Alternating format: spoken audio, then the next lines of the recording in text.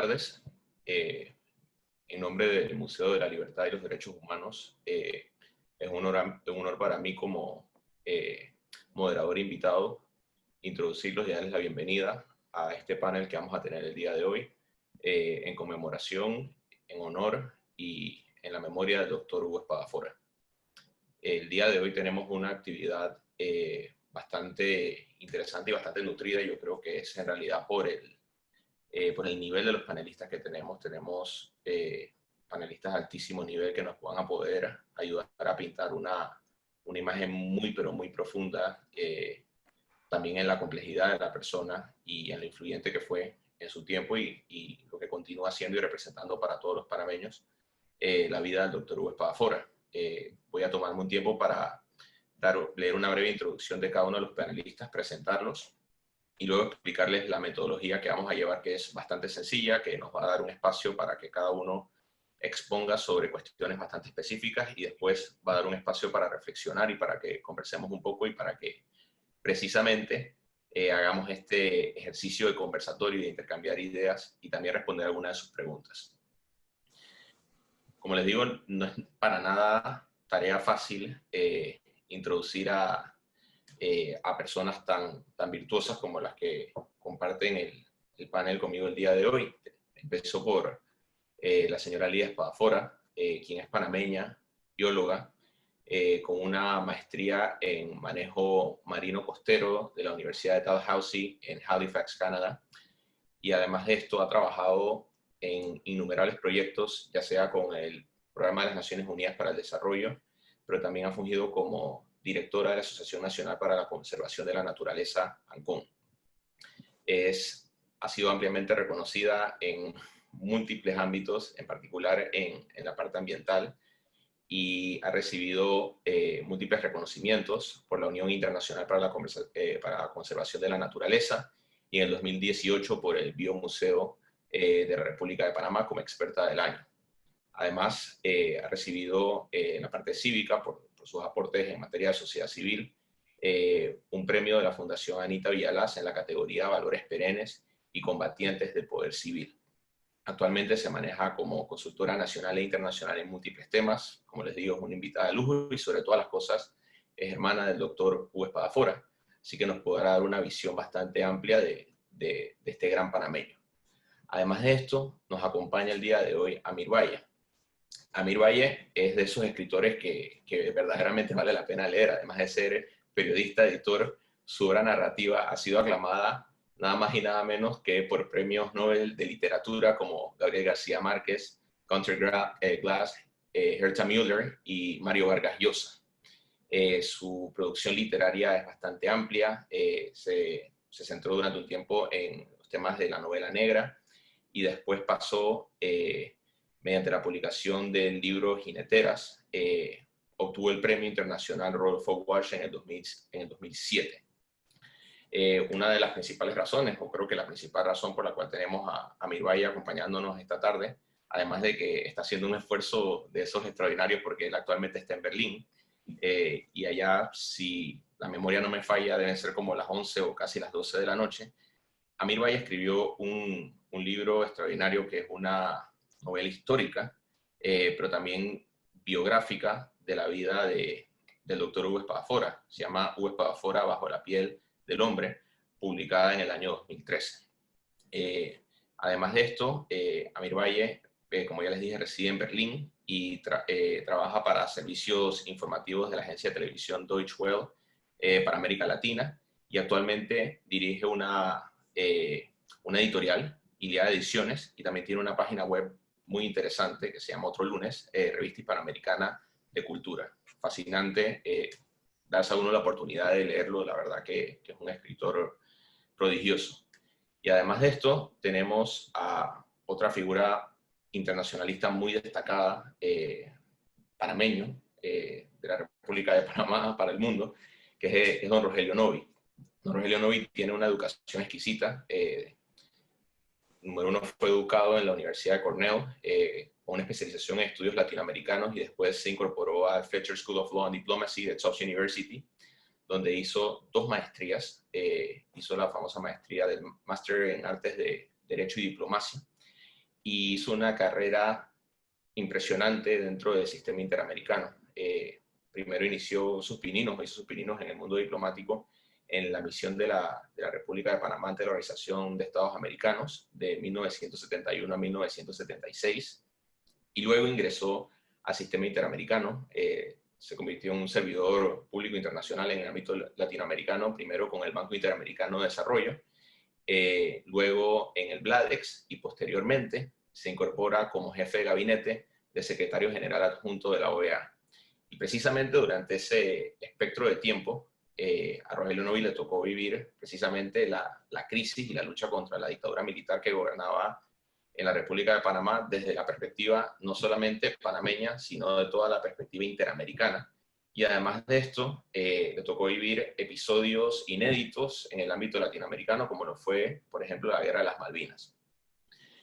Luego, Rogelio Novi continuó su carrera, regresó al BID, en el Banco Interamericano de Desarrollo, y actualmente se encuentra jubilado del Banco Interamericano de Desarrollo, pero continuó también, luego de esto, una carrera bastante interesante con la firma Patent Box, que es una de las firmas forenses de mayor prestigio entre los cabilderos de Washington.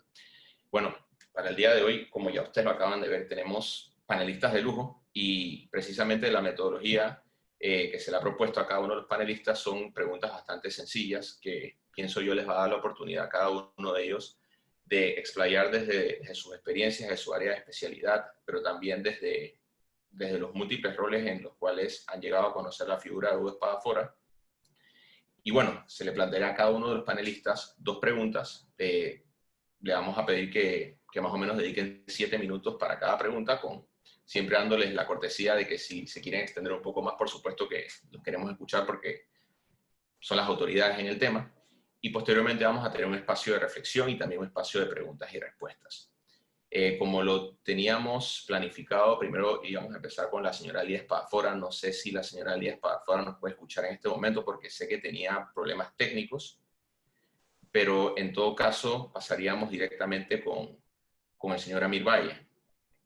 Y señor Amir Valle, una de las cosas que a mí más me llamó la atención el momento que pude visitar la obra es que a través de la novela histórica Hugo Espadafora, Bajo la piel del hombre, usted nos presenta un retrato del doctor Espadafora en toda su dimensión humanista, política, familiar, del hombre y también de su época. Yo le quería preguntar, ¿cuáles fueron los desafíos más importantes al momento en que decidió emprender un esfuerzo biográfico de esta naturaleza? Sí, mira, realmente no fue absolutamente nada fácil y yo llegué incluso a pensar inicialmente en no hacerlo, porque la figura de Hugo yo la conocía desde Cuba, es decir, sobre todo por un momento de su vida en el que él coincide con Torrijos y Fidel. Y bueno, el que conoce Cuba sabe que todo lo de Fidel se reproducía, y entonces cualquier persona que se entrevistaba con él, eso era conocido por todo el pueblo, ¿no? Y yo lo conocía, vamos a decir, lejanamente. La posibilidad que me ofreció la familia de escribir esta novela biográfica, precisamente porque yo durante muchos años me había dedicado a estudiar todo el asunto vinculado al narcotráfico en América Latina, a los vínculos de los movimientos guerrilleros con el narcotráfico internacional, etcétera. Me facilitaron también un poco más, por lo menos, zambullirme en la historia propia de Hugo y en la participación de esos movimientos. Pero te confieso algo que yo lo dije cuando presenté el libro y que creo que es el más grande reto que yo tuve, fue que se estaba hablando de un mito. Es decir, y un mito tiene muchas caras. Y yo entonces tenía que partirme en, bueno, ¿quién escribe, el periodista o el escritor? ¿Ya? Y entonces por eso le propuse a la familia que lo que yo iba a hacer era sencillamente reproducir la vida de Hugo como un ser humano normal, con todos sus defectos y todas sus virtudes, pero tratando de reproducir solamente aquello que yo podía comprobar al menos por 3 fuentes. Es decir, yo estuve recogiendo anécdotas, entrevistando a muchas personas y recogí anécdotas y yo no puse en el libro ninguna anécdota que no estuviera al menos confirmada por 3 personas. ¿Por qué? Porque de pronto tú veías que un mismo fenómeno, por ejemplo, la famosa reunión de Hugo Espadafora con Torrijos cuando Hugo cae preso por Torrijos por apoyar al movimiento independentista. En ese momento había como 7, 8 versiones. Y cada vez que yo entrevistaba a alguien me daba una versión distinta de esa reunión, es decir, de un hecho tan simple como un cara a cara entre Hugo y Torrijos. Y entonces yo tuve que empezar a precisar después con los entrevistados detalles específicos para poder poner en el libro un momento tan importante y tan definitorio en la vida de Hugo Espadafora. Así me pasó con todo. Es decir, había muchas versiones y yo tenía, el mayor reto fue seleccionar cuál era la que iba a estar, la que iba a quedar. Y entonces en ese caso dije, bueno, aquí tengo que ser más objetivo y poner lo que la mayoría de las personas vivió como testigos de determinado suceso. Ese fue el primer, digamos, el segundo reto que yo tuve. Y el reto más grande que tuve es que yo encontré una resistencia absoluta a hablar de Hugo Espadafora. Es decir, eso yo se lo comentaba a la familia, o sea, a pesar de que Hugo Espadafora es una gente amada por la mayoría de las personas que entrevisté, todo el mundo me recordó a Hugo con mucho cariño, con afecto, incluso con deuda, con sentimiento de deuda, de no haber podido hacer más por él. Hubo muchas personas que hubieran sido imprescindibles para redondear algunos momentos que se negaron de plano a ser entrevistados. Prefiero saltarme los nombres, es decir, no creo que sea importante ahora, pero eso se convirtió en algo muy, muy triste porque realmente yo me di cuenta de que había todavía algunas fuerzas oscuras que estaban intentando ocultar, por un lado, la responsabilidad de Noriega en todo lo sucedido en esa época y por otro lado, tratar de eliminar de plano cualquier figura que hiciera un poco de sombra justamente a Noriega y a algunas otras figuras que habían sido protagonistas de la dictadura en esos años, ¿no? Es decir, todavía había como que fuerzas ocultas que pretendían seguir luchando porque no se conociera la verdad. Ese fue, digamos, el mayor reto que yo tuve, ¿no? Pero que me sirvió porque fue un reto. O sea, y como reto al fin, entonces uno tiene que tratar de buscar las formas de localizar la verdad. Y eso me llevó, o sea, por suerte yo pude viajar a Costa Rica, viajar a Washington, entrevistar a otras personas.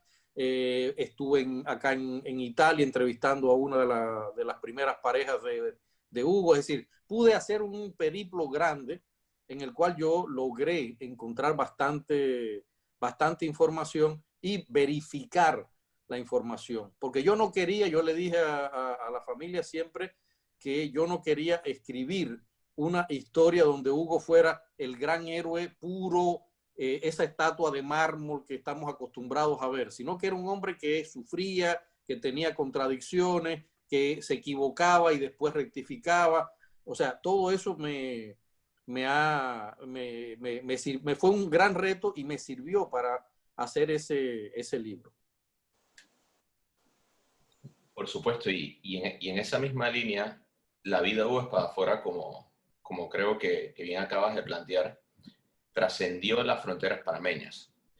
Amir Valle, cuéntanos un poco, en tu perspectiva ya académica, tu perspectiva periodística y tu perspectiva histórica del contexto regional e inclusive el contexto global, me aventuraría a decir, en el que el doctor Hugo Espadafora incidió, y también sobre las matices geopolíticas que le acompañaron a lo largo de su vida y luego de su muerte. Mira, sí, para que veas que esta investigación prácticamente no termina. Yo el año pasado estuve en Estados Unidos, estuve en Miami, y tuve la oportunidad al fin de entrevistar a una persona que estuvo vinculada con Hugo en los últimos años de él, justamente en Costa Rica. Era una de las personas que trabajaba en la estación CIA ahí en San José. Y esa persona me terminó de convencer con sus, la conversación que tuvimos, que fue prácticamente 1 hora y media, me terminó de convencer de que Hugo era justamente lo que yo me había imaginado al inicio. Es decir, era una gente realmente excepcional, pero que él sabía claramente sus valores, sabía sus defectos, él se conocía muy bien, pero él no tenía idea de hasta qué punto lo que él estaba haciendo lo iba a trascender. Es decir, era una gente con un grado de ingenuidad increíble para ser un político con tanta trayectoria y vivir en una corta vida, en un espacio de vida tan corto, vivir tan intensamente en lo político y en lo histórico. Eso es algo que esta persona me rectificó. ¿Qué sucede? Uno tiene que ponerse a pensar. Estamos hablando de un hombre que se formó justamente en la universidad más comunista de la época en ese momento. Después ese hombre se lanza, regresa a Panamá, no le gusta mucho lo que estaba haciendo su carrera como médico y decide irse a África. Y en África se vincula primero en la Egipto de Nasser, en el momento de los movimientos naceristas, uno de los grandes movimientos árabes de su época. Se vincula muy fuertemente a grupos de izquierda y salta a Guinea-Bissau, donde es nada más y nada menos que una de las personas más cercanas a uno de los grandes líderes africanos, en este caso de Guinea-Bissau. Entonces, ¿qué sucede? Ese hombre regresa a Panamá, se alza contra Torrijos, Torrijos lo toma preso, pero cuando Torrijos se da cuenta de que ese es el hombre, aquel que estuvo justamente con uno de los líderes mundiales, le da entonces un grupo de responsabilidades, lo pone de viceministro, se va para la guerrilla en Nicaragua, funda la Victoriano Lorenzo, se va para la guerrilla en Nicaragua y lucha por libertar a Nicaragua contra el somocismo, contra Somoza, pero cuando triunfan se da cuenta de que aquello va hacia el comunismo y decide ir contra sus antiguos colegas.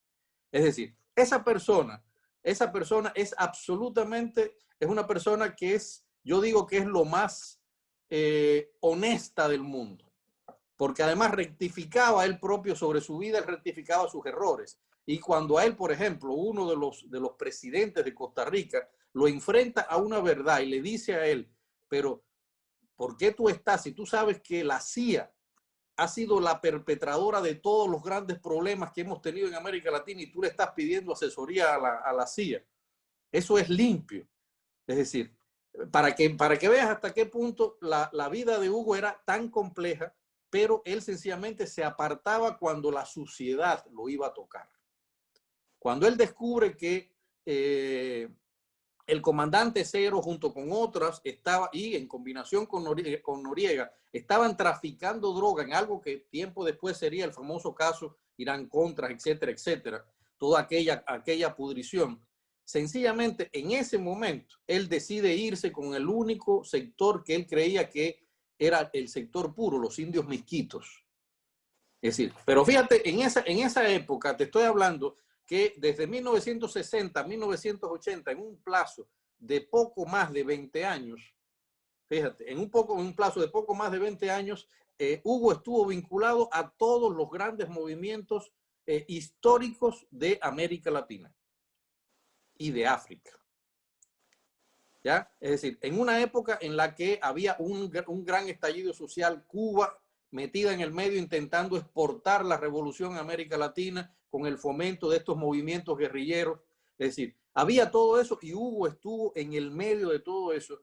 Y lo que a mí me llamó la atención siempre, y esto es algo que yo lo repito y lo voy a repetir siempre, es que en un mundo tan podrido, y a pesar de que de la ingenuidad que él tenía, él supo siempre sacar la limpieza. atacar con limpieza sencillamente y salir limpio de todas esas cosas. La limpieza, por supuesto, ya lo sabemos, le costó la muerte. O sea, ser tan limpio, ser tan honesto, escribir aquel directamente en la cara a Noriega, aquel artículo en el que lo acusaba directamente de todas las cosas que se sabían de Noriega, pero que la gente no quería decirla o ocultaba sencillamente. Fue un acto de una ingenuidad política bastante grande, todo el mundo se lo dijo, hubo grandes personajes que se lo dijeron y sencillamente le costó la muerte. Ese contexto, digamos, ese contexto es algo en que Hugo participó. Por eso yo digo que, por ejemplo, yo pienso, y estoy aquí metiéndome, digamos, en la historia de Panamá de un modo un poco exagerado, cuando yo analizo como periodista, como amante de la historia, analizaba la historia de Panamá, para mí, yo decía que en diferentes épocas, el doctor Belisario Porras, el doctor Anulfo Arias Madrid, el general Torrijos y Hugo Espadafora eran los 4 grandes hombres del siglo XX panameño. Esos hombres cambiaron la historia de un rumbo a otro en un momento determinado. Y yo dije cuando hice la presentación que quizás los panameños no se habían dado cuenta en ese momento, pero que hubo un antes y un después de la muerte de Hugo Espadafora en la historia de Panamá. Por eso digo, repito, es algo que yo agradecí mucho, le estaré agradecido porque me permitió meterme, curiosamente, buscando la historia de un líder panameño, me permitió meterme en zonas que yo había oído en Cuba ligeramente, pero que no conocía, como por ejemplo justamente eso, la mano oscura de Cuba en los gobiernos, el financiamiento sucio con dinero sucio de movimientos de liberación nacional. Bueno, ya se sabe, la FARC, etcétera, etcétera. O sea, todos esos movimientos que hubo en El Salvador, en Nicaragua, es decir, en Guatemala, es decir, todos esos movimientos financiados y además el problema de la droga, que nadie tiene idea de hasta dónde llegó, porque todos los políticos en América Latina estuvieron vinculados, todos prácticamente, lamentablemente estuvieron ensuciados en ese negocio, ¿no? Pero bueno, ese es, digamos, el mayor aprendizaje que yo tuve de Hugo. Y sí digo, Hugo, lo dije una vez y lo vuelvo a repetir, creo que Panamá le debe a Hugo Espadafora muchas cosas todavía hoy. Es decir, hay que rescatar la figura de Hugo Espadafora porque una de las cosas que más me chocó, perdóname que me alargue en esto, fue que las nuevas generaciones estaban ya desconociendo quién era Hugo Espadafora. Y lo más triste es que las nuevas generaciones, los más jóvenes, no tenían mucha idea de lo que había sucedido en Panamá en 1989. Es decir, de ese desastre de la invasión terrible, de la invasión de Estados Unidos. La mayoría de los jóvenes la habían escuchado, pero no tenían idea y además ya no les importaba. Entonces, contra eso, yo cuando hice la presentación en los 2 lugares que se hizo allá en Panamá, yo alerté, dije, ojo, el que olvida la historia tiende a repetir los errores de la historia. Eso no se puede olvidar. Precisamente, don Amir, pues, ese es uno de los objetivos que busca el museo precisamente con sus actividades en materia de memoria. Y verdaderamente que es fascinante esta fotografía que usted nos acaba de presentar de Hugo Espadafora. Yo desconocía, por ejemplo, ese vínculo con el nacerismo, con el panarabismo que funda Gamal Abdel Nasser, y cómo el ideario de Hugo Espadafora verdaderamente era un ideario internacional. Y creo que eso amarra muy bien con nuestra otra invitada de lujo, que finalmente logró establecer su conexión, que es la señora Lía Espadafora. A Lía Espadafora, mucho se conoce de la trayectoria pública y profesional del doctor Hugo Espadafora. Háblanos un poco sobre el hijo, el hermano, el esposo, el padre, pero sobre todas las cosas, sobre eso que nos comentaba Mir Valle, sobre el hombre idealista. Muy buenas tardes, perdonen el problemita técnico en la casa de mi madre con el internet. Ahora ya estoy en casa de mi hermano, que vive también acá en Chitré, Guido, y gracias que me rescató. Quisiera agradecerle al Museo de la Libertad por haber organizado este conversatorio sobre, bueno, nuestro hermano, que en verdad es un líder, es una persona que en la historia de Panamá, y para nosotros, mucho, y todavía nos pesa el que Hugo pues no esté con nosotros. Y le agradezco también a quienes se han unido a escuchar sobre estos relatos que vamos a contarles, porque en verdad la vida de Hugo es poco conocida. Yo creo que, como bien alguien lo ha dicho, creo que era en un tuit, que Panamá conoce muy poco sobre la vida de Hugo. Los jóvenes están perdiendo, no han conocido, porque los libros de historia no contienen información de Hugo, lo que ha dicho Amir. Entonces, agradezco a todos que estén escuchando estos relatos. Hugo, desde pequeño, fue una persona muy rebelde e inquieta, ciertamente. Por sus buenas notas, aquí en la escuela Tomás Herrera se ganó una beca. Se fue a estudiar a los 11 años al Instituto Nacional, un instituto muy conocido en Panamá. Y bueno, se gradúa con muy buenas notas del tercer puesto, se gana una beca para estudiar en Italia, se va a Bolonia, y allá comienza a forjar ese idealismo en una Bolonia que también es rebelde. Se une al Partido Socialista Italiano, asiste a protestas, lo ficha la policía en ese momento, tanto que cuando él va a hacer acabado de recibir de médico, al día siguiente él va a hacer un curso de paracaidismo, porque él ya tenía en mente unirse a algún movimiento de liberación, y principalmente en África, donde estaban todos estos movimientos de independencia.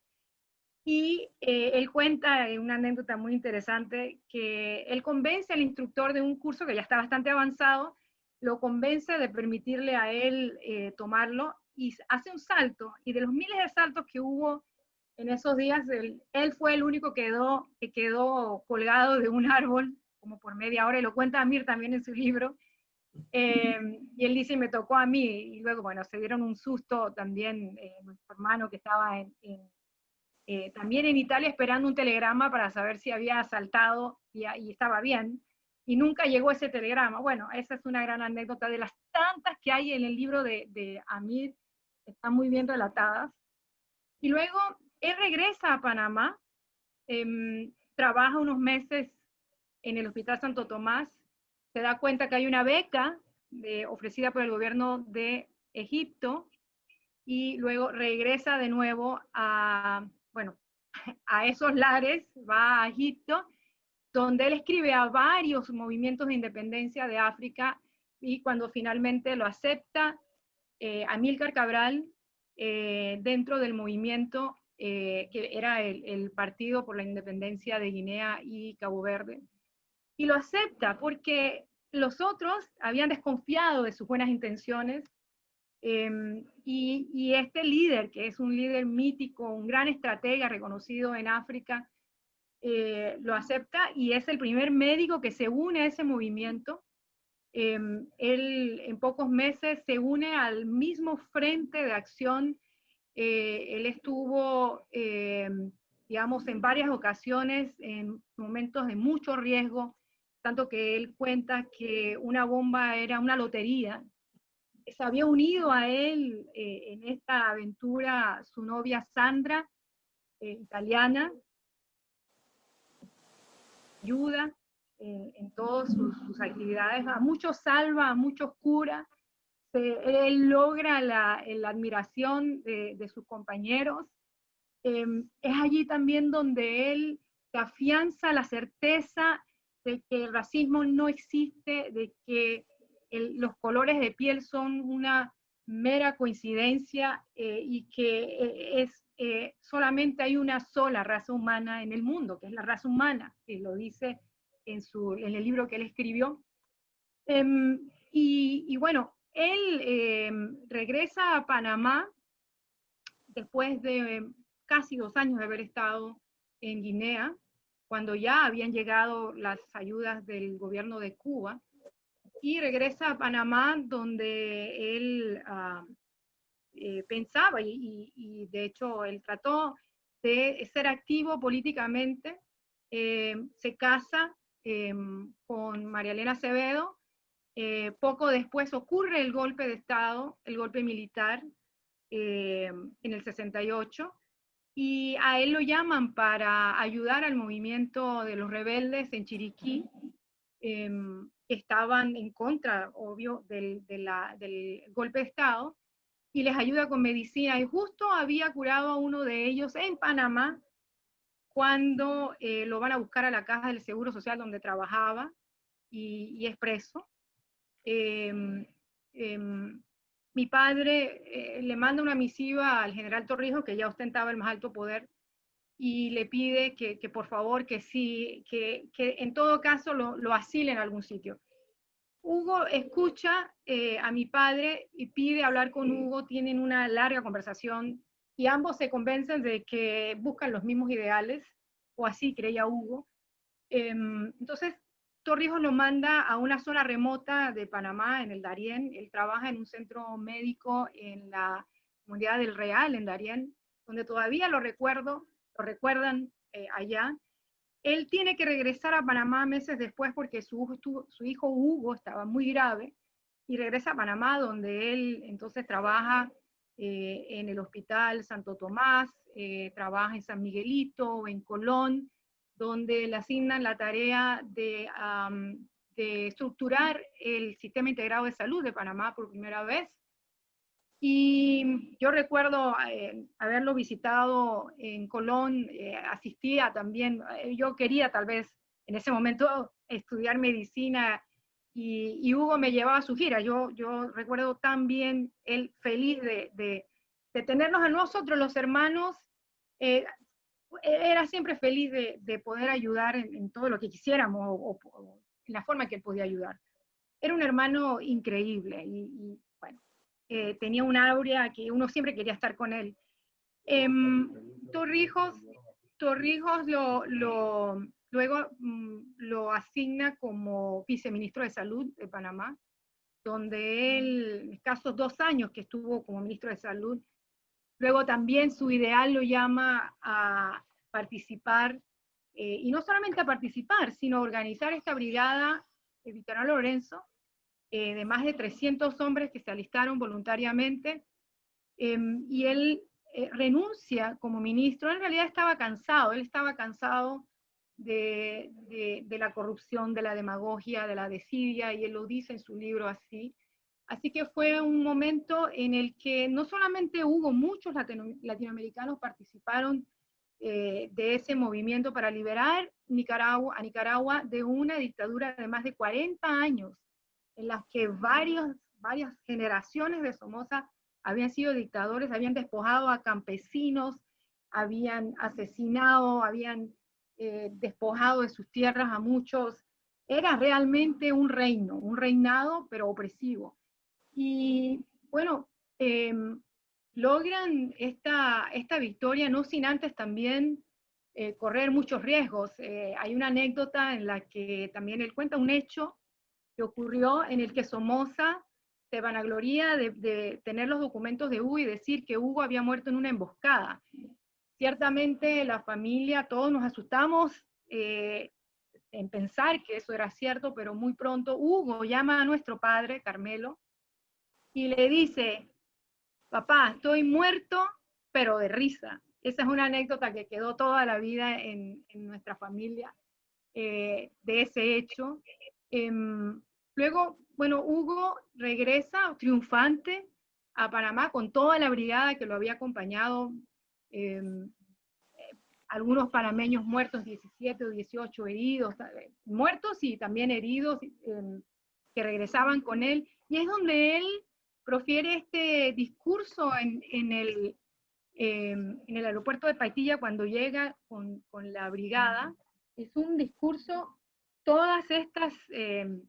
un discurso muy sentido, donde él deja ver todo ese idealismo, toda su causa, el por qué él está haciendo todo esto.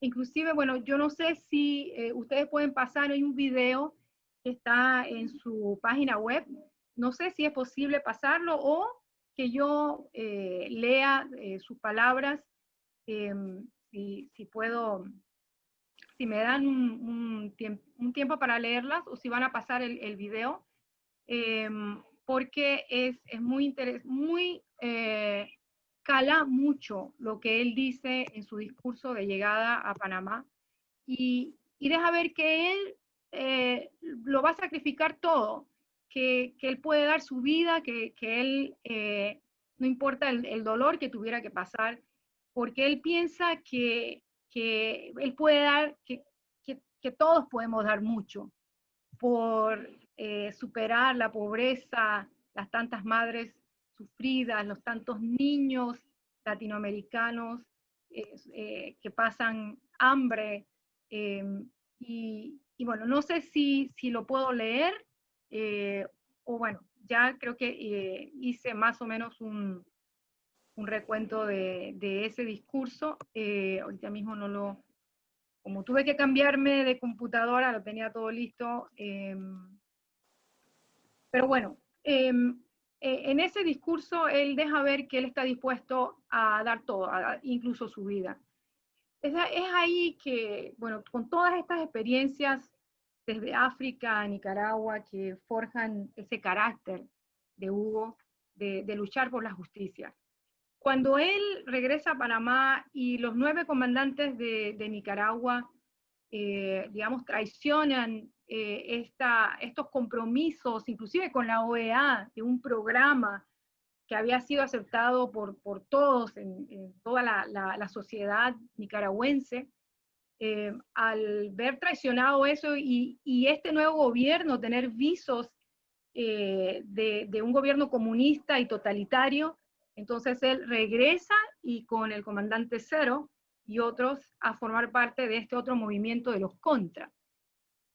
Luego muy pronto, por las intrigas, porque comienza a haber algo extraño en el modo de financiamiento de ese movimiento, él se va a trabajar con los misquitos y sigue recabando pruebas, información de lo que estaba ocurriendo, que era, bueno, lo que en aquel momento ustedes podrán algunos recordar el Irán Contras y el tráfico de drogas por armas. Eso estaba ocurriendo desde Panamá y Hugo estaba recabando información que probaba que Noriega estaba completamente involucrado en esos movimientos. Él estaba listo para, con los años, bueno, pasó 1 año, 2 años, él estaba listo para denunciar todo este entramado en el que también estaba involucrado la CIA y la DEA.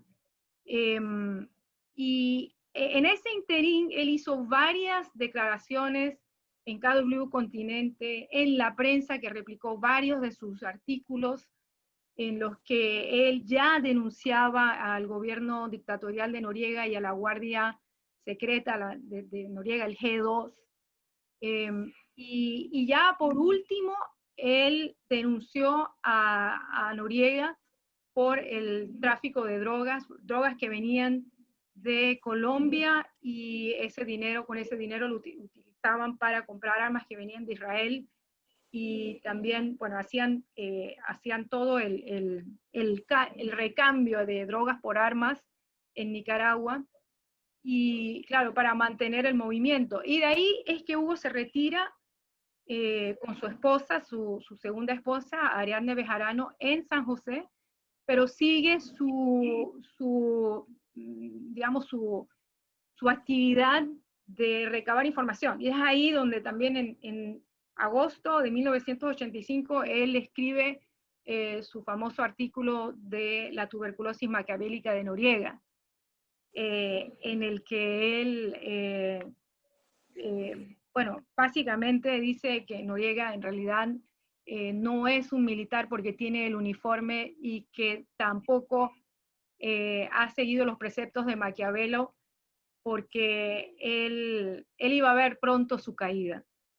Entonces, es claro que esto enoja mucho a Noriega, y es allí donde también, bueno, otras fuerzas no tan ocultas hacen que Noriega quiera matarlo, quiera deshacerse de él, y ya todo el mundo conoce la historia de su muerte. Por eso no quiero hablar tanto de su trágica muerte, sino de su vida. Y declaro, luego después, entre tantas demostraciones como lo fue el propio, los actos fúnebres de Hugo en Panamá, donde alrededor de 50.000 personas acompañaron al féretro de Hugo en un acto que se puede ver en uno de los videos en internet, y que fue cubierto por algunas emisoras. Estábamos en un gobierno represivo, muchos de los que participaban en estas protestas y en los actos fúnebres perdieron sus trabajos en el gobierno.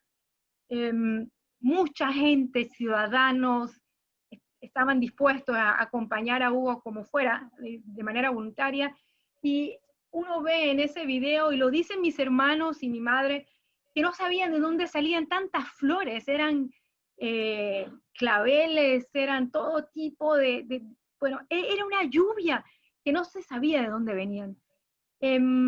Y hasta el final, aquí en Chitré, cuando todavía mi padre no sé cómo aguanta ese entierro en Chitré, también levantan el féretro de Hugo, y frente a la Policía Nacional, en ese entonces era la 4ª zona militar, le decían asesinos, Noriega, bueno, en todo este trayecto de Panamá a Chitré era así. Y luego toda la huelga de hambre de Winnie, las protestas, el encadenamiento de mi hermano Hugo y Carmenza en la Nunciatura, las marchas que hubo, más de 100.000 personas en una de las grandes marchas donde todos los sectores se volcaron a las calles porque Panamá había despertado. Luego de este asesinato tan barbárico, si así puedo decirlo, el mundo y Panamá había despertado de quién realmente era este gobierno. Estábamos hartos de esta dictadura, de tantos asesinatos, porque Hugo no fue el único. Sí fue tal vez el más atroz que hubo, pero hubo muchos asesinatos en Chiriquí, muchos de ellos, gente que había sido testigo de que Hugo había pasado la frontera, porque el gobierno militar negaba que siquiera Hugo había entrado a Panamá.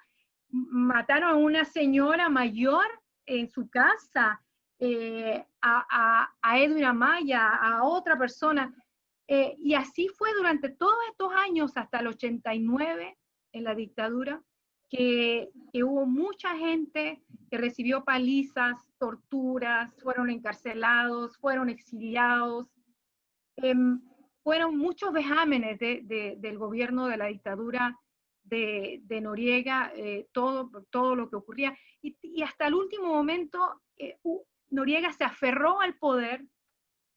Hubo negociaciones, hubo una sublevación de los militares, y todos se acuerdan de la masacre de Albrook, pero Noriega quiso de todas maneras aferrarse al poder, y es allí donde los Estados Unidos, viendo que ya era imposible tener a este gobierno, aun cuando ellos mismos lo habían apoyado a Noriega, entonces nos invaden, y es allí donde destruyen a Panamá parcialmente, la saquean.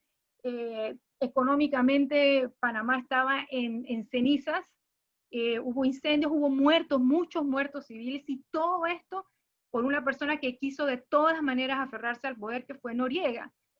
De ahí que hay que reconocer que la nación panameña acompañó a la familia y a todas las víctimas de esta dictadura en todo su recorrido esos años.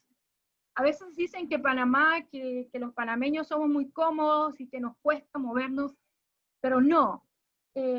Panamá demostró que sí, que cuando el pueblo está unido, y ese era uno de los grandes pensamientos de Amílcar Cabral, que Hugo aprendió en África, que no vale que un individuo quiera cambiar un país si el pueblo, y si no hay un ideal primero, una teoría detrás, un ideal, y un pueblo detrás que quiera hacer los cambios. Y yo digo esto porque Panamá también está pasando por una crisis, muchos países latinoamericanos, por una crisis donde los partidos están desgastados, donde la corrupción es generalizada, donde hay pobreza, donde hay inequidad, donde hay niños con desnutridos, con hambre, donde la salud no es suficiente ni la educación. Entonces, ¿qué estamos haciendo nosotros como sociedad? ¿Por qué no nos unimos para cambiar esto? Yo sé que si Hugo estuviera vivo estaría detrás, porque precisamente era lo que Noriega más temía de Hugo, era su carisma, era el poder que tenía para congregar a gente, para llegar donde él y ir atrás y enfrente por una causa. Entonces, sí creemos, y Amir lo constata en su libro, que perdimos un gran líder, perdimos un gran hermano, perdimos un gran amigo, perdimos a una persona que todavía en la historia no se conoce como debe ser, ni en Panamá, tal vez en Costa Rica lo conozcan más, en Nicaragua también, pero todavía en Latinoamérica. Yo creo que a Hugo hay que darle un mérito, y no porque seamos su familia, de ser uno de los grandes líderes que quiso hacer cambios profundos en esta Latinoamérica dolorida, como él mismo la llama en su libro. Así es.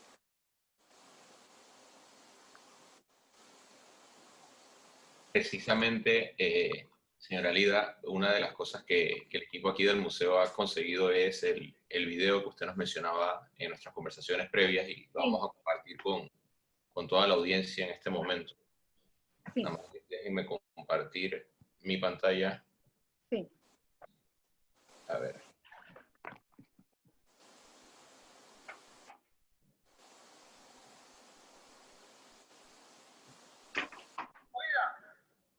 Nuestra muerte, nuestra familia, nuestra posición social, posición económica o como quiera llamársele, cargos o puestos, oficiales o no, altos o bajos,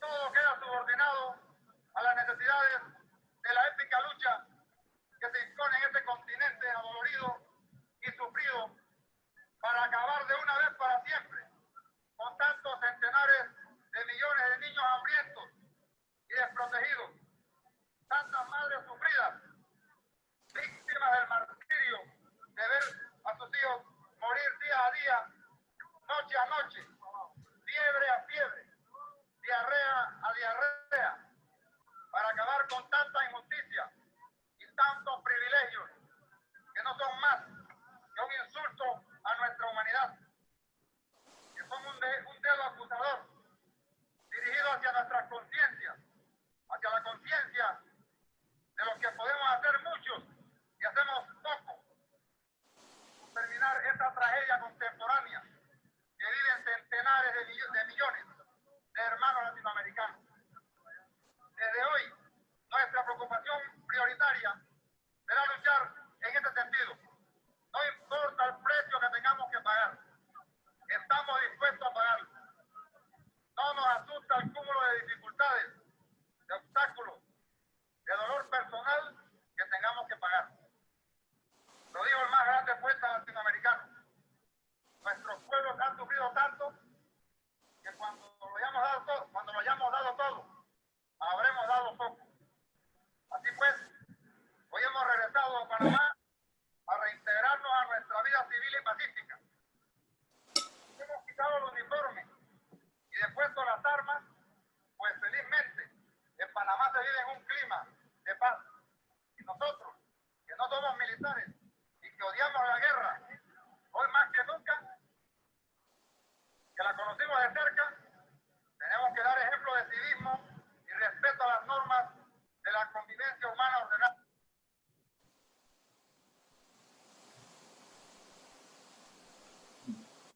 Así es.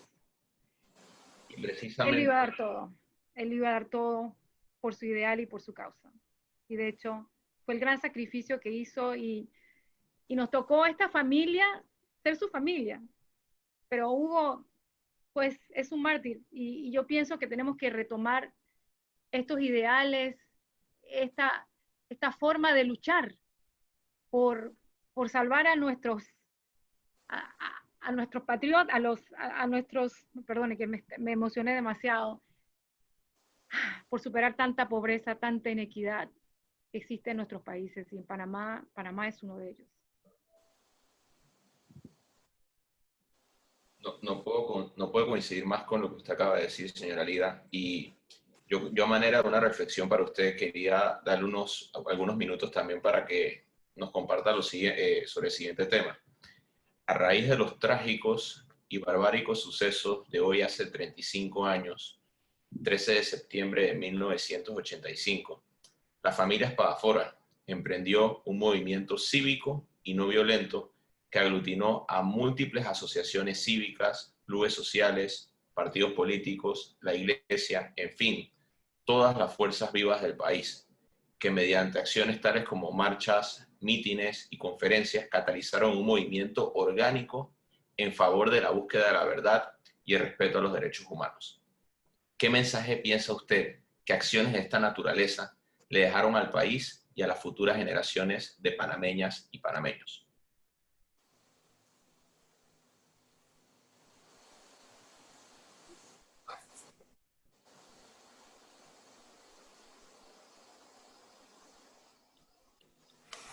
Bueno, creo que la señora Lida tiene algún problema con la conexión, pero afortunadamente tenemos a don Rogelio Novi. Don Rogelio, el crimen atroz perpetrado hace 35 años tuvo repercusiones inimaginables para el régimen militar que gobernaba en Panamá. Desde la tribuna de la Organización de Estados Americanos y, por supuesto, desde su capacidad como jefe de gabinete del secretario general adjunto, ¿cuáles fueron las reacciones en las Américas ante semejante atrocidad y los efectos mediatos e inmediatos que propiciaron el colapso de la dictadura? Bueno, en primer lugar, quiero mencionar que la presentación de don Amir me ha impresionado muchísimo, y sobre todo su comentario de que pone a Hugo como uno de los 3 personas cuyas vidas tuvieron un mayor impacto en la vida política panameña. Y lamentable, yo tengo que estar en desacuerdo en cuanto a su vida. Fue su muerte la que tuvo el gran impacto en la vida pública panameña. Su muerte, que fue una muerte tan bárbara, tan horrenda y tan nunca vista en la historia de este país, que movilizó una cantidad de movidas y episodios que acabaron con el régimen de Noriega. Acuérdese las circunstancias de la primera caída. La primera víctima fue el gobierno fraudulento de Nicolás Ardito Barletta, que cuando decide crear esa comisión, enseguida el general lo manda a salir, y él cree que todavía puede engañar a alguien diciendo que fue que se había separado del cargo por si acaso lo volvían a poner. De ahí se desencadena cuando la familia toma toda esta vitalidad, toda esta energía, y decide que tiene que movilizar hacia Washington. El centro de poder en América Latina todavía estaba en Washington y todavía está ahí, aunque no tanto. Hoy vimos ayer un caso terrible, ¿no? Pero con la elección del primer gringo como presidente del Banco Interamericano de Desarrollo, impuesto por la administración norteamericana. Entonces, cuando la familia se organiza para buscar salida y darle cabida a algún redress, como le dicen los gringos, a este acto tan espantoso que es el asesinato del doctor Espadafora, es donde entro yo, humildemente, casi por casualidad. Ayer le comenté a Lida y a Alonso de que fui a visitar a un coterráneo de la familia Espadafora, un señor Corro, el padre de unos amigos míos panameños en Washington, que estaba muy enfermo en el hospital. Cuando llego con mi señora a visitar al señor Corro porque estaba mal en el hospital, me encuentro con Winston Espadafora, acompañado de la jefa de asuntos latinoamericanos del despacho del senador Jesse Helms. Cuando me dicen quién es, yo por supuesto la conocía de nombre, pero no la conocía personalmente. Y la primera reacción de una persona como yo cuando te van a presentar a alguien de la oficina de Jesse Helms es terror. porque estamos hablando de la extrema derecha, pero extrema del Senado norteamericano. Un hombre que en esos momentos era muy fuerte y que tenía una mentalidad anticomunista, anti todo lo, cualquier cosa, pero también antiaborto y toda clase de ideales y principios que a mí personalmente me repugnaban. Entonces me presentan a esta muchacha y me doy cuenta que es muy inteligente y habla español muy bien, con un acento centroamericano que tú no podías definir si era hondureño o nicaragüense o guatemalteco o salvadoreño, no sabías. Y entonces esta muchacha me llama después que me la presenta a Winston y me dice, estamos buscando pues cómo llegar a la Comisión Interamericana de Derechos Humanos. Rogelio, ¿tú nos puedes ayudar? Digo, por supuesto que puedo ayudar. Yo soy jefe de gabinete y tengo que actuar como tal, pero mis noches son absolutamente libres. Así que siempre y cuando yo no tenga que interrumpir mi trabajo diario, yo voy a ayudarlos en lo que yo pueda. Entonces, de ahí fue que Hugo regresa con fotos y todas las evidencias que tenía de la muerte de su hermano. Y hacemos una presentación, él y yo, a la comisión, al staff, y después conseguimos dos grandes abogados. Yo no sé si, Alida, si tú conociste a Laura Bocalandro y aquel gringo que después, no me acuerdo el nombre, que Human Rights Watch le brindó a la familia sin costo alguno para que sirvieran como abogados de la causa ante la Comisión Interamericana de Derechos Humanos. Y entonces, a mí, por supuesto, la impresión fue terriblemente aumentada cuando Hugo saca las fotos del cadáver de su hermano y muestra la tortura de cuál fue objeto su cuerpo. Y eran a color vivo y se le salen a él las lágrimas y a todo el personal de la OEA que estaba hablando con nosotros igual. Fue impresionante lo que esa fotografía hace para hacer vivo una cosa que tú lees en la prensa. Y de ahí yo me dediqué después, por pura casualidad otra vez, ya tomando conocimiento con esta muchacha de la oficina de Jesse Hunt, él logra decirle a Winston que va a conseguir, va a haber una audiencia, unos hearings en la Comisión de Relaciones Exteriores del Senado, que va a ser sobre el informe que tiene la DEA, que había grabado parte de lo que ocurrió en el episodio, que lo escribió muy bien Guillermo Sánchez Borbón en la prensa. Ustedes se acuerdan haber leído toda esa descripción en la prensa. Y eso sale en esos hearings. Y una secretaria se reúne inmediatamente de esa reunión secreta en el Senado con Winston y conmigo, solos, Winston y yo. Winston no hablaba muy bien inglés y yo le estaba traduciendo a Winston todo el episodio de lo que ya la DEA tenía, sobre todo lo que sabía de la DEA, la CIA y el gobierno federal norteamericano sobre el caso de Panamá, sobre el tráfico de drogas, sobre cómo se había dado el fraude de la elección previa y sobre todo lo que se tenía del crimen de Espadafora.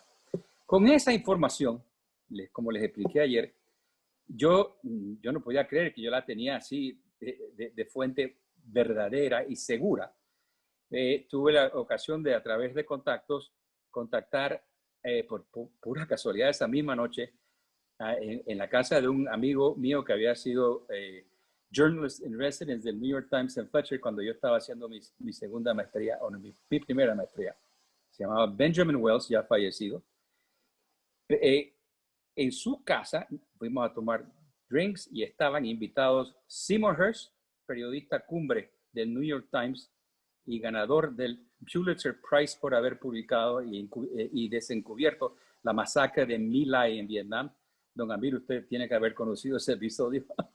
y él, el jefe del Bureau del New York Times, porque también invitado al señor Wells, estaba en ese cocktail party. El señor Wells, mi amigo, nos lleva a los dos periodistas, a mí, y él nos deja en un cuarto y les dice a ellos, este señor Novi es mi amigo de hace varios años, él fue a Fletcher, fue estudiante mío en Fletcher, todo lo que él les va a contar es verdad, porque él me ha contado a mí cómo obtuvo esa información y eso quiere decir que él tiene absolutamente la razón y creo que merece la atención de ustedes. Y ahí se involucra el New York Times en la búsqueda de información. Estamos hablando ya de, creo que era enero o febrero de 1986. Y toma todo el tiempo hasta junio que los Estados Unidos reciba el golpe aquel de la publicación de todo lo que salió en el New York Times en junio de 1986, porque Elliot Abrams, que era a la postre el subsecretario encargado y una figura bastante tenebrosa, que todo lo que ha tocado con relación a América Latina lo ha destruido, porque no ha tenido éxito en ninguna de sus intrigas, y ahora está de vuelta en el tapete, trabajando con la pobre Venezuela. Elliot Abrams le amenazó a nombre del gobierno federal que si el New York Times publicaba cualquiera de estos eventos, ellos tenían que tener un mínimo de, como dice usted muy bien, don Amir, por lo menos dos sources, no una, sino dos, no tres en el caso suyo. Pero el New York Times, para curarse en salud, la oficina legal le decía, usted no puede publicar, no podemos publicar la historia hasta que tengamos la confirmación de todo lo que se dice ahí, la muerte del padre Gallego, sobre todo el crimen de Hugo, todo lo demás que había ocurrido en Panamá y que estaba ocurriendo, si no habían dos formas de comprobarlo. Entonces viene el episodio que hay que contarlo porque la gente en Panamá no lo sabe. ¿Cómo forzamos? La única persona, by the way, que sabía todo lo que estaba ocurriendo panameña en Washington, de lo que estaba ahí, en la intriga en que estábamos nosotros acá, además de la gente de la prensa, Bobby Eisman, Guillermo Sánchez Borbón, etcétera, era Betty Brannan, que a la sazón estaba escribiendo la prensa Digest, una tarea que yo se la impuse prácticamente, porque yo no podía hacerlo ya. Y ella estaba al tanto de todo. Y logré por puro serendipity, otra vez recibo una invitación como jefe del gabinete, porque al día siguiente literalmente, se daba una ceremonia en la cual la Junta Interamericana de Defensa le iba a dar el galardón mayor al general Noriega. Así que el general Noriega iba a venir tempranito a esta ceremonia. No se le dio mucho play porque el general no quería, obviamente. Ya estaba Panamá ardiendo en contra de él. Y entonces yo llamé al señor Hershing al New York Times y ya había hecho un link paralelo a Marvin Call, reportero de ABC Television, con permiso del New York Times, porque ellos querían la premisa, pero obviamente la televisión quería tener ya el film y le tenía todo listo, todo montado ya con lo que iba a sacar en televisión. Y cuando en general se baja de su avión personal, vino en un avión privado, a las 8 de la mañana en Washington, le da a alguien de su staff una copia del New York Times. Se dio la vuelta y se regresó a Panamá. No pisó pie en Washington, nada más que en el aeropuerto. Y esa historia, al estrellar y sacar al mundo, en Panamá la gente estaba hablando de Miss Panamá, Miss Universo, cualquier bobería. No se me olvidará jamás. Y no entendieron qué significaba todo lo que ocurría en Panamá y que había sido precipitado por el horrendo crimen de Hugo. No entendieron lo que significó que el New York Times publicara eso. Bueno, ¿se acuerdan que de ahí se despepitó la repetición de esta historia por todos los medios del mundo y por todos los medios norteamericanos? Y fue el inicio del fin de este gobierno, de la dictadura norieguista. Lástima que terminó con una invasión, porque toda clase de intriga. Yo no quiero extenderme más, pero yo creo que esa es la parte que yo debo contar. Yo obviamente seguí involucrado, bastante callado en todo, menos en la invasión, que siempre me opuse públicamente y privadamente allá. Pero bueno, yo creo que yo debo parar aquí, Alonso. Pero don Rogelio, pero construyendo en base a esta participación, y precisamente por el trabajo que lleva a cabo el museo, creo que uno de los documentos más interesantes que se han producido en el ámbito interamericano respecto a este triste episodio de la historia nacional es el informe de fondo producido por la Comisión Interamericana de Derechos Humanos a raíz de esta denuncia que usted mencionó que presentó Winston Spadafore en contra del Estado de Panamá. Y el Estado panameño sería declarado responsable por la violación manifiesta de los artículos 4, 5, 7, 8 y 25 de la Convención Americana de Derechos Humanos. Mi pregunta es bastante general y para ver si podemos recibir algunos insumos adicionales de parte suya. ¿Cómo incidió este y otros acontecimientos inéditos, porque verdaderamente se les puede llamar inéditos, en el ámbito interamericano, en la presión que ejerció la comunidad internacional y en particular la comunidad americana contra el régimen militar que gobernaba la República de Panamá? Yo le voy a ser franco, no lo que uno esperaba. O sea, ¿tú te acuerdas del año del fallo de la Comisión Interamericana de Derechos Humanos? 87. El 87. Ya para entonces había hecho las declaraciones Díaz Herrera, y mira lo que tomó poner al general en la cárcel, y mira lo que tomó el paseo que se dio de Francia, de etcétera, etcétera, y qué impacto tuvo lamentablemente el fallo de la comisión en lo demás. Muy poco, lamentablemente yo creo que fue muy poco, que no tuvo la respuesta que ha debido tener. ¿Por qué? Porque somos un país pequeño, porque era una persona que había sido decapitada y que no era conocida en el ámbito mundial. Quizás en nuestra América sí, pero en el ámbito así, en nuestra América, y me refiero a la América caribeña, centroamericana, pero no mucho más de ahí. Entonces yo no creo que a veces todos estos fallos de la comisión tienen el impacto que debiera tener. Yo no sé si tú te acuerdas, pero la comisión sufrió de ahí en adelante toda clase de ataques enormes por los propios gobiernos miembros, que se instalaba un gobierno de derecha en algún país, y llámese Brasil, que fue de los primeros que atacaban el trabajo de la comisión y querían reducirle el presupuesto y quitarle personal, y la comisión se fue desgastando hasta el día de hoy. Yo creo que no tiene el peso ni la importancia que debiera tener. Después de todo, el derecho internacional, el primero en violarlo es el que se supone que era el papá de él en América Latina, que son los Estados Unidos.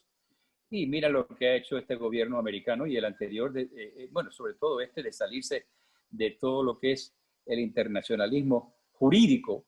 ¿Ah? Ya no admiten la competencia de la Corte Internacional de la Haya. O sea, no, vivimos en un mundo donde estas instituciones que debieran haber ejercido que el peso de la ley internacional se cumpla y tenga consecuencias y no permita la impunidad, no tienen la fuerza que debieran tener. Sí, hablando de impunidad, yo quisiera referirme un poco al juicio de Hugo, que finalmente se realiza luego del término de la dictadura y que toma el juicio más largo de la historia de Panamá. Y hay que decir que la primera ley aprobada tras la caída de la dictadura fue la Ley 1 del 23 de abril de 1990, que creaba la Fiscalía Superior Especial con el propósito, asimismo, literalmente lo dice, de llevar a cabo la investigación del homicidio del doctor Hugo Espadafora Franco y otros homicidios. Este juicio que finaliza en David Chiriquí en el 93, en el que fueron llamados a juicio algunos, no todos, porque hay que decir que muchos de estos ni siquiera fueron llamados a juicio y mucho menos condenados. Y de los que fueron llamados a juicio, solo 3, que fue el autor intelectual supuesto, Noriega, y los que lo hicieron de manera física, y de ahí falta también un tercero. Ese tercero nunca apareció, pero también de estos que fueron llamados a juicio, hubo algún, o sea, de los que salieron absueltos y que confesaban que sí habían tomado parte y habían ayudado y habían cargado, y salieron absueltos por un jurado de conciencia. Y nosotros siempre nunca quisimos que el juicio fuera en Chiriquí, porque apenas comenzaba el tiempo de democracia en Panamá y todavía quedaba ese temor en la población chiricana de todos estos vejámenes, asesinatos, persecuciones, encarcelamiento, tortura, que se habían dado muchas allí en Chiriquí. y fue allí donde se llevó a cabo. Inclusive toda la furia de los chiricanos y otros que nos acompañaron ese día se desató ese mismo día cuando se supo el veredicto, tanto que el jurado de conciencia tuvo que ser despejado en un helicóptero. Y es que eran la mayor parte, si no todos, funcionarios del gobierno. Obviamente, habían estado involucrados de alguna manera en aquel tiempo y tenían miedo. Entonces, el juicio de Hugo a nuestra consideración fue un juicio incompleto, estuvo viciado. El propio fiscal especial, Yuto Herrera, bueno, lo conozco por Yuto, él ni siquiera estuvo en la audiencia final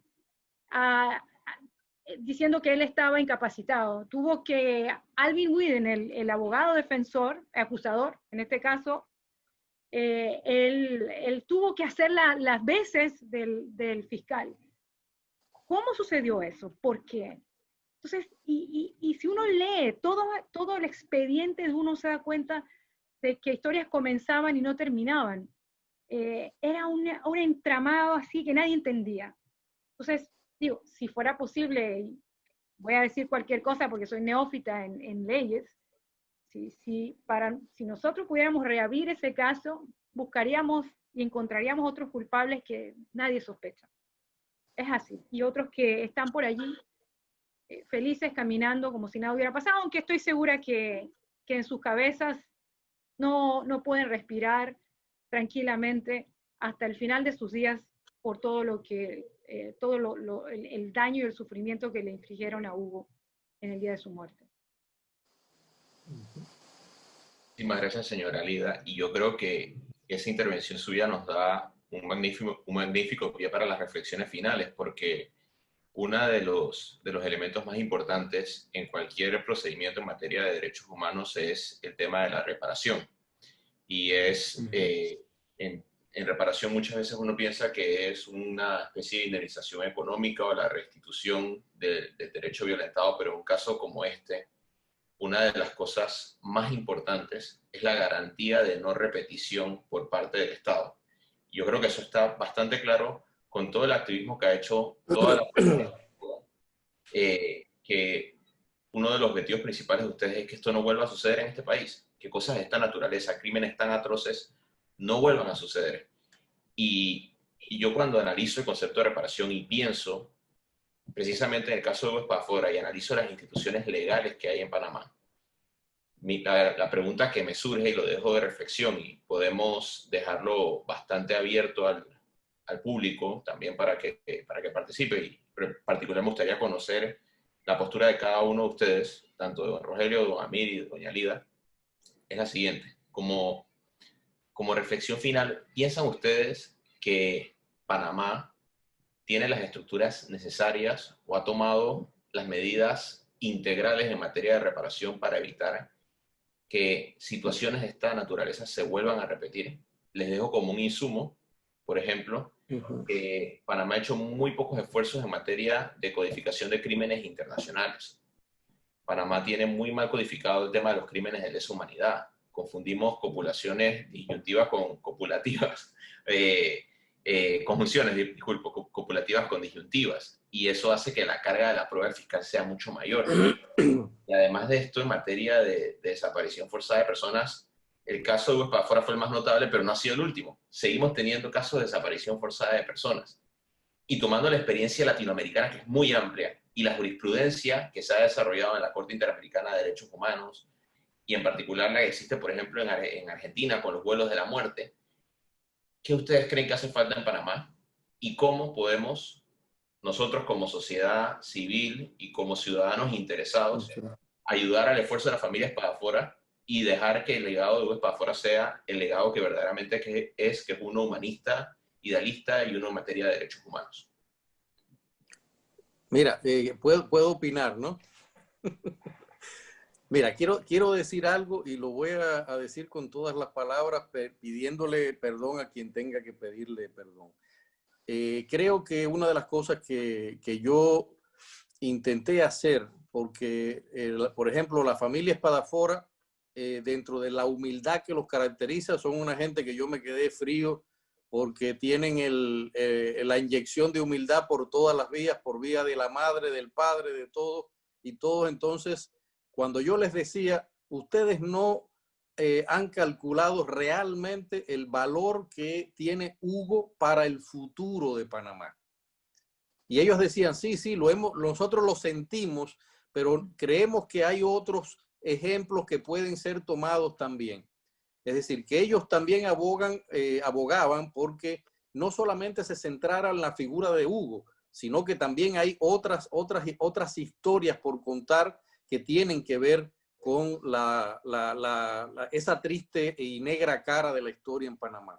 Pero yo voy a decir algo que me aterró totalmente. Y fue justamente, tú mencionaste una palabra que yo creo que en las sociedades actuales necesitan cobrar un mayor protagonismo, y en Panamá a mí me dio lástima porque sentí que no existía la sociedad civil.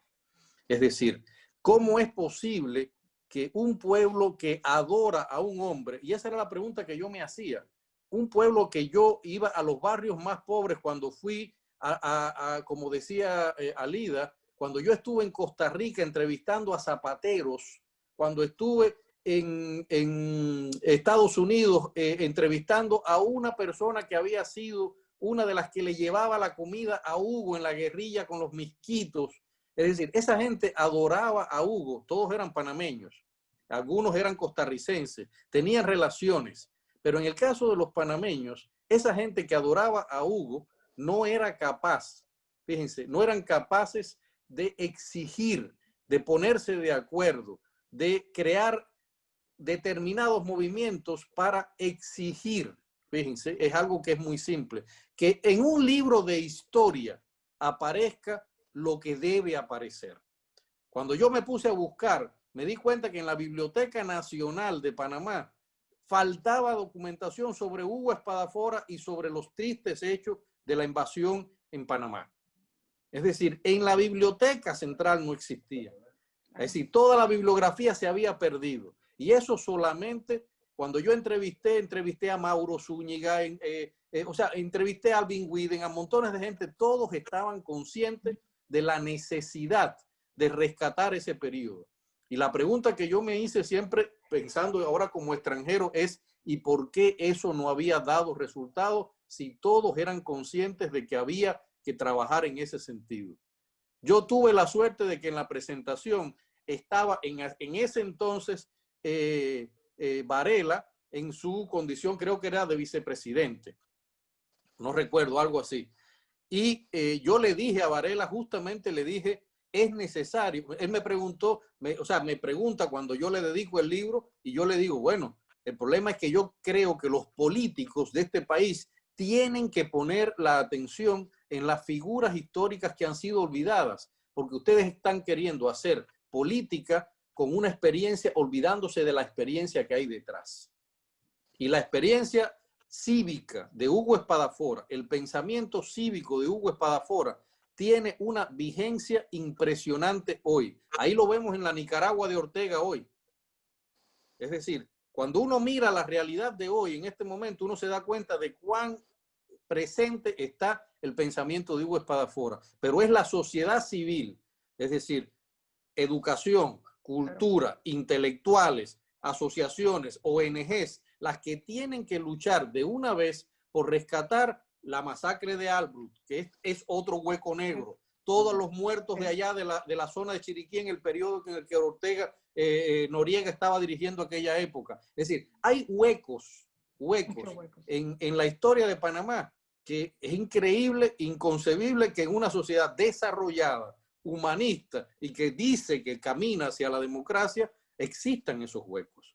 Con esos huecos es lo que tú decías, que de pronto entonces van a seguir repitiendo. ¿Por qué siguen desapareciendo la gente? Porque no se han aclarado los que están antes.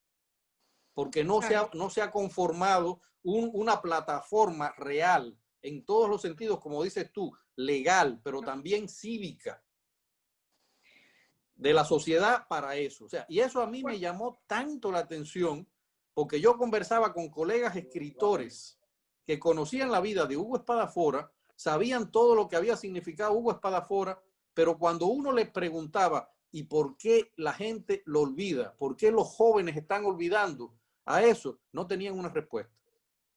Y la respuesta era muy simple, no está en los libros.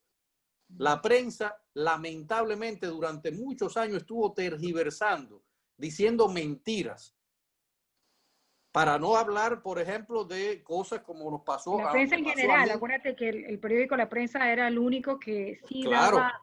exacto. Pero para no decir, por ejemplo, como lo mencionó Rogelio, el caso que para mí, ahora sí lo voy a mencionar, que fue absolutamente ofensivo y descarado, el caso de Ardito Barleta, que se negó completamente y nos vapuleó y siempre sí, y nunca dio la cara. Y le mandé las preguntas, nunca dio la cara, preguntas importantes. O descubrir de pronto que uno de los asesinos de pronto se había convertido al cristianismo y era un pastor cristiano, un pastor evangélico. Papo Córdoba. Es decir, Papo Córdoba. Es decir, son cosas así que a mí, y a mí me ofenden porque yo soy evangélico, ojo, perdóneme. Es decir, y yo digo, él tendrá que pagar ante Dios por eso, obviamente. ¿Te entiendes? Porque una de las cosas que yo pienso que le falta a todas las personas que estuvieron vinculadas con la época, con esa época, es pedirle perdón al pueblo de Panamá por todo lo que hicieron. Sí, pedirle perdón al pueblo de Panamá. Sí, yo quisiera añadir algo, y es que nosotros todavía tenemos una constitución emparchada que se originó en la época de la dictadura. No hemos sido capaces como nación de unirnos. ¿Qué era lo que quería Hugo? Que nos uniéramos, que si éramos perredistas o si éramos anulfistas o qué sé yo, no importaba, o socialdemócratas como él se llamaba, de que teníamos que unirnos para resolver nuestros problemas. ¿Y qué hacemos? ¿Esperamos que el que esté más arriba, que un presidente lo haga? No. Y él lo decía Amílcar Cabral. Nada de estos cambios ocurren porque un individuo quiere hacerlo. Quiere hacerlo. Es porque hay un pueblo detrás que quiere y se involucra y va adelante pidiendo y exigiendo esos cambios. Nosotros en Panamá no nos hemos unido para hacerlo. Y ese es uno de los grandes legados que nos deja Hugo, que tenemos que unirnos si queremos un cambio en el país. Pero estamos todos muy... Todavía. Amir, sí, coincido con Alida y coincido contigo, Amir, en que señalas algo que en mi visión ha sido producto de los años desde la dictadura. Panamá perdió y entró en una cultura de impunidad en todos los estamentos de la sociedad. Todas las instituciones públicas y muchas de las privadas, porque la corrupción ha permeado también muchas de las esferas privadas panameñas, sufren de una cultura de impunidad que ya ha sido aceptada, casi es parte intrínseca de nuestra psiquis pública. Y yo no estoy seguro cómo romper ese paradigma, ni cómo pasar de ahí a lo que está pidiéndonos Alonso tan correctamente, en términos de alguna retribución. Porque si hay totalmente falta de justicia y todo el mundo sale impune, ahora que hemos visto todos estos escándalos de corrupción de gobierno tras gobierno tras gobierno, todos, ahora cada uno de los partidos ha sido involucrado en ellos. Y ya tenemos las pruebas y en todas partes meten presos a ministros y a procuradores generales. Y aquí nada, aquí seguimos igual y además no vemos de qué vamos a hacer. Ha señalado algo que ojalá que la muerte horrible de Hugo y las lecciones que nos deja nos despierten que sin esa justicia que él reclamaba legítimamente, no vamos a adelantarnos y progresar como sociedad. Claro, de allí que el Museo de la Libertad juega un papel importantísimo en educar y ojalá escuelas públicas también tengan acceso a conocer la historia de Panamá y la historia más reciente, que yo creo que la que no se conoce. Que lo que conocemos los jóvenes conocen es un juega vivo, un que hay para mí, la corrupción generalizada que existe. Ese es el Panamá que conocemos hoy, que la sociedad está rota y tenemos que armarla de nuevo, pero en esto tenemos que estar tanto los de nuestra generación como los más jóvenes. Uno ve los analistas de las grandes dos televisoras de Panamá. Los dos datan del tiempo de la dictadura, que datan de otra época también. Que necesitamos jóvenes como tú, Alonso. Estamos jóvenes como muchos que existen y que saben que hay que hacer un cambio, que se involucren. Eso es lo que necesitamos. Lograr unirnos para cambiar este país y que nuestros hijos tengan un mejor país. Nosotros podemos lograrlo. Nosotros tenemos riquezas, pero ¿dónde están? Los políticos se jactan de decir, yo me robé esto. Ah, no, pero yo me robé más que tú. O sea, ¿en qué mundo estamos? Cuando de eso depende que niños puedan comer o que puedan ir a la escuela o que puedan ser atendidos, que no mueran con una diarrea, como decía Hugo. Pero no, cada uno está por lo suyo. Pero esto se devuelve algún día porque sus propios hijos lo van a sufrir en un Panamá que no va a ser equitativo, en un Panamá que no te va a dar igual de oportunidades. Porque es cierto, no podemos ser iguales, todos, pero que las oportunidades se den a todos. Eso es lo que buscamos, eso es lo que debemos buscar. Y los más jóvenes, por favor, tienen un rol importante que jugar aquí. Si quieren un mejor país, todos lo queremos. Y el legado de Hugo hay que estudiarlo, hay que meterse en su pensamiento, hay que hacerlo. Y yo sé que el Museo de la Libertad puede ayudar en mucho en esto. Gracias a Dios tenemos al museo, que desde un principio nosotros apoyamos con Roberto Eisman, hijo, y con todos los que después han ayudado a que haya sido una realidad. Es importante el rol que ustedes juegan en el museo. Creo precisamente, Alida, que eso que tú bien acabas de decir es el legado de Hugo Espadafora, pero también es el legado que la familia Espadafora ha hecho suyo y es el legado que debemos transmitir a las nuevas generaciones de panameños y panameñas. Y es un desafío, creo que bastante titánico, la labor es titánica, pero creo que ejemplos de grandes panameños como Hugo Espadafora y bueno, y precisamente también el ejemplo que dieron ustedes a través de la lucha cívica, la lucha pacífica y la lucha a favor de la libertad. Y este rol que continúan haciendo en favor de la memoria es lo que complementa muy bien con las actividades del museo, y precisamente el museo es un espacio, y se lo digo no como colaborador, simplemente como amigo del museo, también como invitado del museo en esta ocasión, se siente como un espacio en el que verdaderamente se tienen que dar estas discusiones. Estas discusiones son sin duda alguna difíciles, porque es parte de un proceso de reconciliación nacional de un país con su historia, con todos los crímenes, con todos los delitos y con las buenas y malas actuaciones de todos sus hijos, que precisamente debe construir en un mejor Panamá, en un mejor futuro. Yo sé que nos hemos tomado bastante tiempo de más de 140 personas que participaron. En un momento llegamos a estar rozando los 200 y nada más me gustaría preguntarle a alguien del museo si desean hacer alguna intervención final, pero por mi parte se los digo que ha sido una experiencia sumamente enriquecedora. Yo creo que un mejor panel no se puede haber conformado y por eso nos pasamos algo de tiempo, porque ustedes tienen tanto que aportar y este es un tema que se ha hablado tan poco que verdaderamente yo vi que alguien preguntaba qué es el museo. Yo diría, esto es el museo. El museo es esto, este tipo de intercambios que propician la construcción de una cultura de derechos humanos en un país que necesita derechos humanos, una cultura de libertad en un país que siempre ha luchado por la libertad, pero sobre todo que hace esto, la memoria. Así que 35 años después, yo creo que seguimos en búsqueda de la justicia en favor del doctor Espadafora, seguimos en búsqueda de la verdad, en búsqueda de una reparación integral y de una garantía de no repetición, porque eso que sucedió en Panamá creo que no debe volver a suceder, y como ya bien se ha dicho, como bien han expresado todos ustedes, continúa sucediendo. Así que no sé si alguien del museo les pasó la palabra, si no... Alonso, yo quiero rápidamente invitarlos a leer el libro de Amir.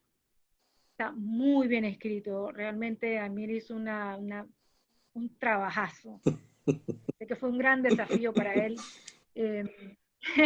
El libro está en venta en las farmacias Arrocha, en La Mancha, en la librería La Mancha, en la Universidad de Panamá, en la librería de la Universidad de Panamá, en el supermercado Riva Smith. Y si quieren contactarme a mí también, yo tengo varias unidades que puedo hacer llegar. Además, quisiera invitarlos a sumergirse en los pensamientos de Hugo dentro de la página web nueva, www.hugoespadafora.org, para que conozcan más de esta gran vida y tan ejemplar que fue Hugo Espadafora.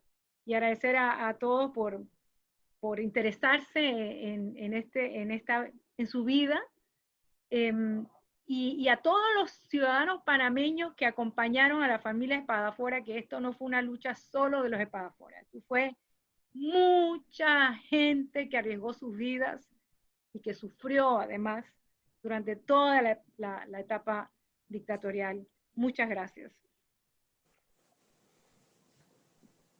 Bueno, con esto damos por concluido el conversatorio y nuevamente agradecerle a don Rogelio, a don Amir, a doña Lida y a toda la familia Espadafora que nos estuvieron acompañando, así como invitados de lujo, y a todas las personas que estuvieron aquí acompañándonos. Muchísimas gracias por dedicar un espacio de su domingo a precisamente recordar el legado del doctor Hugo Espadafora. Que tengan una muy bonita noche. Gracias a ustedes. Gracias, gracias.